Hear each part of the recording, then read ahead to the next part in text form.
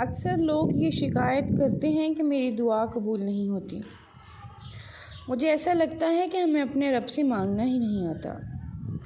हमें वो अंदाज़ नहीं आता जिससे उसकी रहमत को जोश आ जाए। हम तो माइल पर करम है, कोई सायल ही नहीं। राह दिखाएं किसे, कोई राह रवे मंजिल ही नहीं। दुआ मांगने के अल्फाज कुछ इस तरह के हों कि उसकी रहमत जोश में आ जाए। दो अंदाज़ ऐसे हैं जिनके अल्फाज ऐसे हैं कि मेरे दिल में पेवस्त हो गए हैं। एक हज़रत राबिया बसरी रहमतुल्लाह अलैह और दूसरी हज़रत शेख सादी रहमतुल्लाह अलैह। हज़रत राबिया बसरी दुआ किस तरह मांगती हैं? तहज्जुद के वक्त आप जाए नमाज पर बैठी दुआ मांगती हैं, ऐ अल्लाह, दिन चला गया, रात छा गई है, दुनिया के तमाम बादशाहों के दरवाज़े बंद हो गए हैं, लेकिन मेरे मालिक तेरा दर तो अब भी खुला है। तेरी बंदी तेरे दर पे झोली फैलाए हुए है, तू उसे खाली न मोड़ना। ऐ अल्लाह, जिस तरह तूने इस आसमान को ज़मीन पर गिरने से रोक रखा है, तो शैतान को अपनी इस बंदी पर मुसल्लत होने से रोक दे।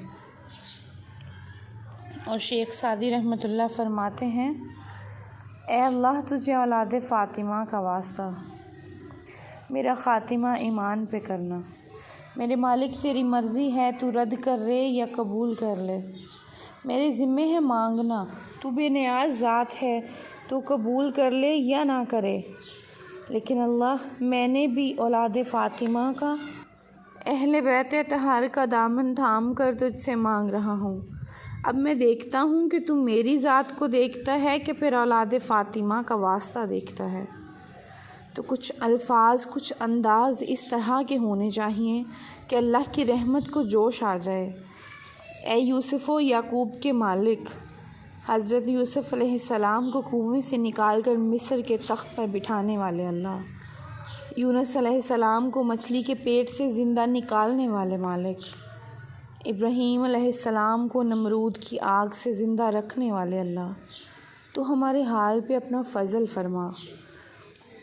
शफ़ाक़ अहमद लिखते हैं कि जिस माँ का जवान बेटा गुम हो जाए, उसे दुआ मांगने के लिए कोई तरीक़ा सीखना नहीं पड़ता, वो सर से पाँव तक दुआ बन जाती है।